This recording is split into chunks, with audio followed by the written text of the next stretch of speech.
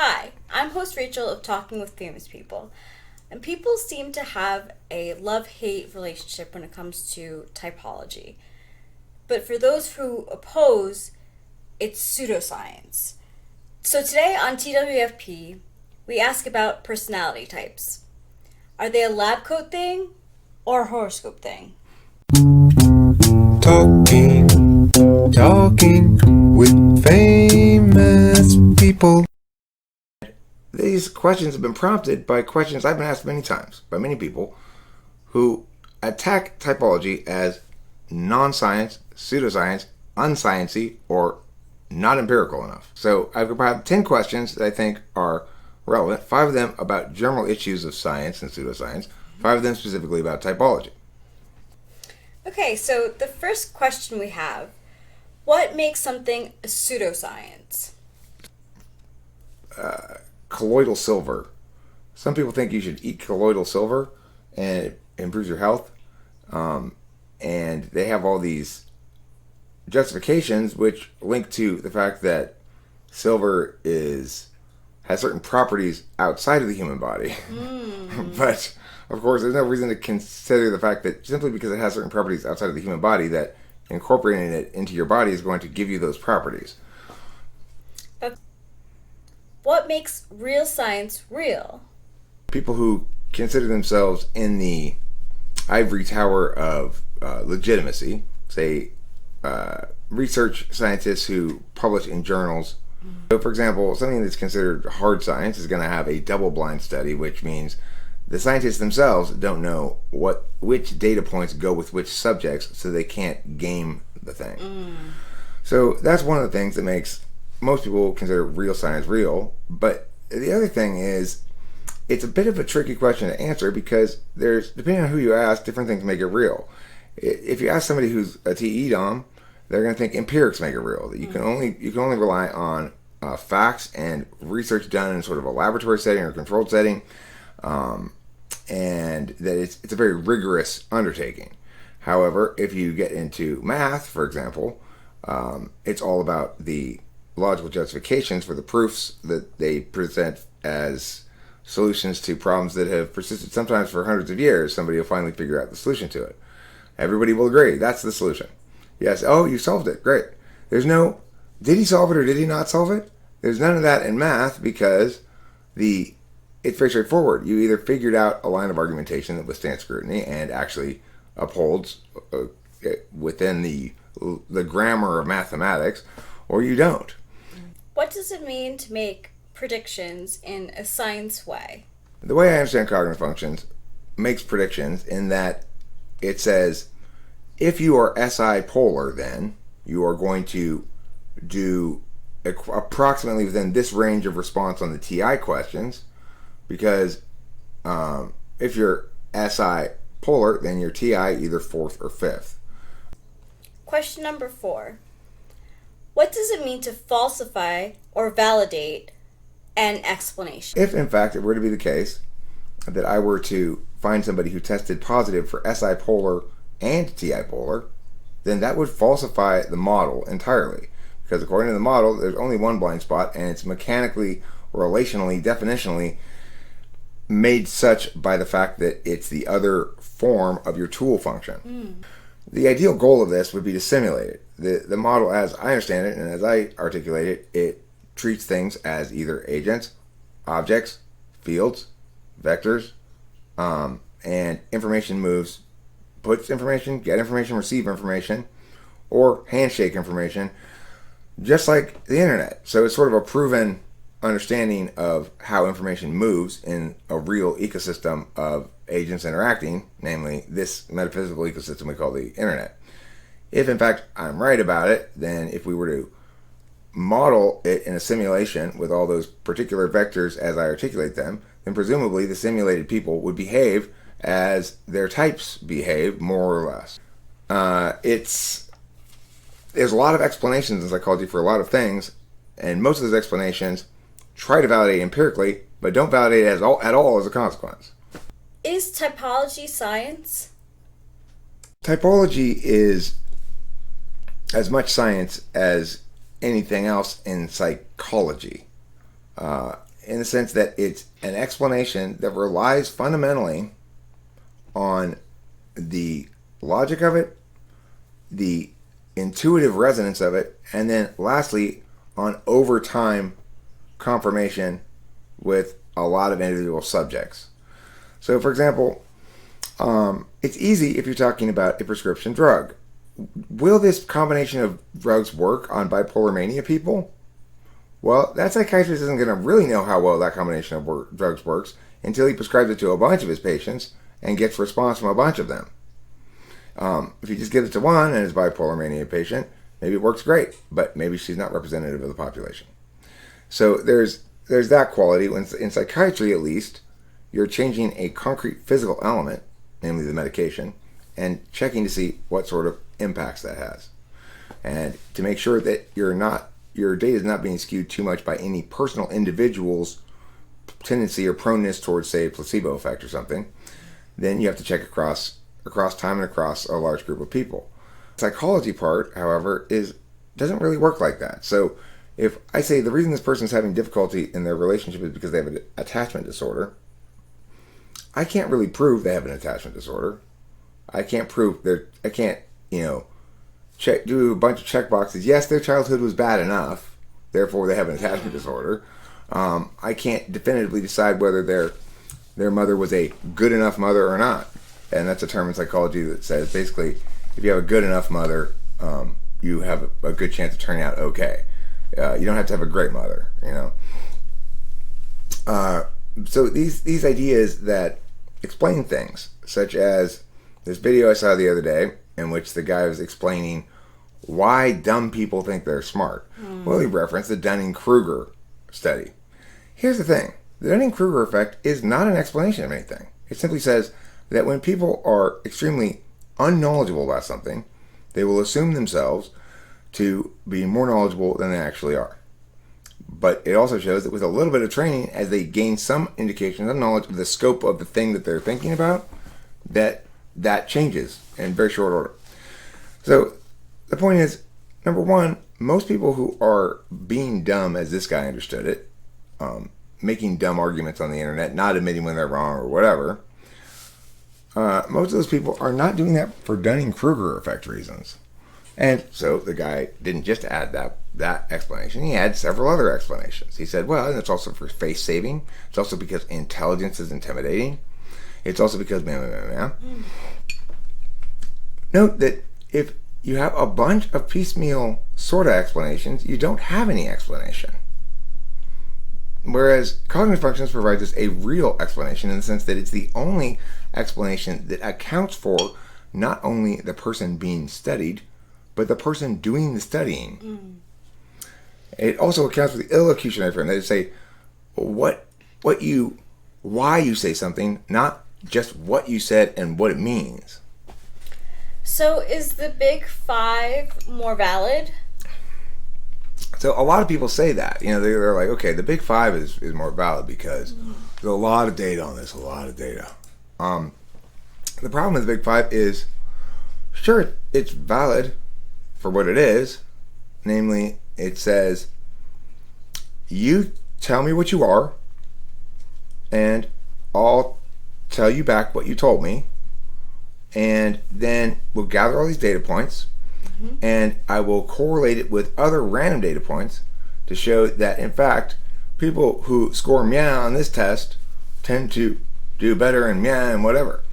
So it's a science of kicking down open doors. It's not doing anything. It's not making an explanation. It's not answering why. In addition, Big Five, in my opinion, is much less valid because it's fundamentally based on a normative claim. Something like conscientiousness is a positive value. So in other words, it's telling you, if your personality is this, you have character shortcomings because you're not conscientious enough, or you're not agreeable enough, or you're not open-minded enough or something. Note the total absence of those kind of value judgments in cognitive functions. An interested and a disinterested calculus are two sides of a coin. Neither is inherently superior. An ideational form of action and a physical form of action are two sides of a coin. Neither is inherently superior. A universal form of knowledge in which you take away archetypal understandings and link them to the self is not inherently superior than doing it the other way around. Both those things are definitionally necessary parts of the whole once you understand that the whole comprises epistemology, that's knowing and deliberating, and externalization, that's action and interface. So, cognitive function model explains why you're not conscientious and that it's okay, it's inherent to you to have this be a difficult area for you, that it's not that there's something wrong with you, it's that there's something wrong with everybody. It's just that your thing may be more noticeable a thing than some other people's. My thing that's wrong with me is FI polar. FI polar is easy to hide from people, and I don't even have to try to hide. I mean, it's like, it's not the sort of thing, because introverted feelings is not the sort of thing that is generally people put up front for everybody to look at, right? So they don't really note when I'm not doing that. It's not out of the ordinary. Right. Whereas if you got a very extroverted function as your polar, like say extroverted feeling, people are going to go, "Oh, you're awkward. You must be Asperger's." That's pathologizing what everybody has, which is a blind spot, because their blind spot happens to be more visible than yours. So that's a good lead into the sixth question, which is, can you talk a little more about the current state of typology? Okay, so I don't blame people for calling it a pseudo-science right now. There is no such thing as cognitive functions. You've got a million different people making a million different variations on some central ideas that don't even remain central for a lot of these people. You've got one guy who says there's 500 subtypes. You got another guy who says he can use an interaction style grid to type you. You got another guy. Of course, if I were to encounter what I'm saying, I would say, okay, now they're on to something. It seems obvious to me that this is more powerful an explanation of human differences, human strengths, weaknesses, etc., than anything I've encountered before, or probably ever will again. It empowers you by providing you with a new set of language to understand and talk about things that you heretofore won't have made distinctions about. Because a lot of people just want to be told in an authoritative tone, man, and don't question me because I'm the expert. But if you're like TE fourth or something, you might be prone to doing that, and you might be hanging out with C.S. Joseph, just going, wow, you're such a guru. Oblivious to the fact that it's a TI Titanic, and every moment you spend there is not on an iceberg. Number 7. Can I be an ESCP in MBTI and an ENTJ in Pseudo-Science? No. It doesn't seem like a crazy idea. What's wrong with this? First of all, imagine that typology were just a taxonomy. If it were just a taxonomy, it's like saying, well, why can't a possum be a marsupial in one system but a reptile in the other? Well, it can, but the one that calls it a reptile is wrong. Now, you could choose to simply reverse definitions of things and say, from now on, we're defining reptiles as warm-blooded, and we're defining the word reptile as warm-blooded, and blah, blah, blah, blah. But there's absolutely no reason to do that. The classifications are naturally occurring divisions between species and classes and phyla and whatever. The reason the taxonomy can be right or wrong is because there's an external empirical data point that you can look at and say, no, all of these creatures have milk come out with boobs, and these ones don't. Stuff like that. But if one system says you're an ENTJ, they either are defining TE as SE, or the other system is defining SE as TE. One of them has correctly drawn boundaries around the taxonomy in keeping with the natural lines of things, like the milk coming out of boobs. And the other one has incorrectly parsed it. Otherwise, you're talking about something that's not modeling anything, but simply making an arbitrary archival description. So you reject the idea of subtypes, but there are clearly, for example, some ISFJs who appear more extroverted than the average ISFJ. What's wrong with saying that's an FE subtype? Okay, well, what's wrong with it is this. Let's say that, for example, I'm right-handed, but I'm very good with my left-handed fingers from playing the guitar so many years, you know? It would be incorrect to call me, I'm a left-fingered subtype of a right-hander. No, I'm right-handed. That's it. I'm not any subtype of that. There is no subtype of that. I'm right-handed, but I'm a middle finger subtype, which means my middle finger's reversed. So this is my right middle finger and this is my left one. Yeah. There's no. It makes no sense at all. The other thing is the reason the typology, the reason the types are as they are, the reason there's 16 of them, is because if I am always coming up with new ideas, then I am concurrently not paying attention to archiving the ones I've already come up with. There's an inherent exclusivity to them. That's why anyone means SI4. As a consequence, to say that you are an FE subtype of an INTP or something, or an FE subtype, let's say a TI subtype of an ENTP. What does that even mean? Is the claim there that the ENTP is TINE? Right. Then they're an INTP. There's no clear understanding of why there would be subtypes or what that would mean mechanically in the model. How you would change the model to account for this is not impossible to conceive of because of the definitional constraints inherent in the mechanics of the system. 9. You talk a lot about the skills tests. How can you be sure the skill you test really links to the function you say it links to? So let's say you're doing brain scans like Daria and Artie, and you brain scan Rachel, and you get a bunch of this brain scan thing. If you typed her as INFP, you're going to have a big problem with your data. Other logics include using your own feelings. That's a logic. If I say, well, first I'm going to evaluate what I really want most, and then I'll give you my answer, I'm using an FI logic. FE has its own kind of logic as well. It says, we do that, if we bring her that present, we don't do something for Barbara, she is going to be so upset. That is FE logic. You can see there's different kinds of logics. Only one of them is conditional logic, and that's the one that's used to defend arguments and to defend advocacies and stuff.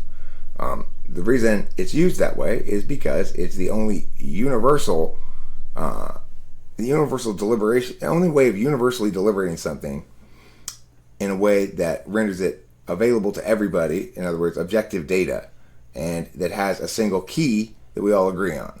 So if I say all pigs are mortal, I'm mortal, therefore I'm a pig, we can all agree that even if had those statements been true, it's an invalid argument, because just because all pigs are mortal doesn't mean everything that's mortal is a pig. So is it TI? Well, it's one of the deliberative cognitive functions. It's the disinterested calculus. It is a deliberative function. We can clearly draw a distinction between deliberation and knowledge. So do you want to call it TI or do you want to call it FI? Well, if we want to be consistent with the way we mean words normally for all of human history, then we'd call it thinking, not feeling. Mm-hmm. But you could call it blurging. It's introverted blurging. You could call it whatever you want, right? A rose by any other name is still a rose. Yeah. So let's round it out with question 10. Will cognitive functions ever be embraced by professionals, or will it always be an outsider in psychology? Well, I think there needs to be a sea change of sorts in science. Science has long been dominated by the people least qualified to think about it, frankly, which is those most qualified to do it. This lady here, she's got some sort of petri dish with some stuff in it, right? Mm-hmm. She's probably very qualified to do all these steps and these empirical things and run these tests and yada yada yada. What does it tell you that she's very qualified? It tells you that she's good at understanding how to work a specific dynamic system in a way that produces consistent concrete results. So what is she not good at as a consequence? Thinking outside the box, intuiting anything, being an intuitive. All the greatest ideas in science history have been intuited before they've been empirically proven. Yeah. I could have a lot of empirics on this at this point, but I haven't been keeping track of it because I'm not that lady. I'm the person who doesn't keep track of data, who intuits it out and says, "You, lady, you prove me right. I am right. I intuitively know this, and I've done the logical work to justify it." In other words, if you want to before actually testing it, you want in real world, test it first on a logical level. Go for it. You should. I mean, they won't. They'll rely on some other expert to do that for them. But that's just the nature of the beast. In typology, there's nothing better about me deliberating for myself these questions than somebody else choosing to defer the deliberation to an expert. It's not inherently better or worse. It's a different strategy. So I think it will be an outsider for quite a while, and the reason is because it's difficult, given the lack of external empirical data points, to see a sufficiently robust empirics case being made in the near future, sufficiently robust to convince those who have an empirics fetish, and a lot of people do. A lot of the purportedly sciencey people that you encounter on YouTube or the internet or whatever, who are saying things like, why do dumb people think they're smart? That guy, right? Yeah. He's either resistant to, hadn't thought about it yet, or may not be capable of understanding how frame locked he is. Like, he's not going to ever say cognitive functions is legitimate, because the way he validates things, he won't be convinced no matter how convincing I am, because I don't, he'd have to spend a lot of time being convinced. I don't have a degree, I don't have a PhD, I don't have a Nobel Prize in psychology. If I did, he'd probably believe anything I said. Yeah. Well, he's got the Nobel Prize. Right. Then so he must be right. Everything. That's just how it is. And because of the nature of typology being correct, but more robust metaphysically and less empirically demonstrative, it'll probably continue to be on the outside looking in as psychologists scramble for the respectability of science. Yeah.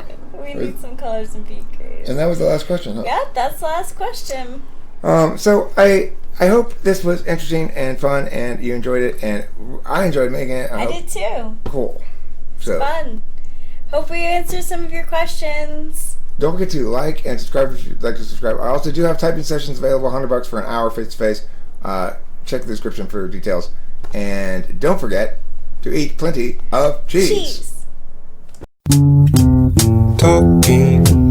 Talking with famous people.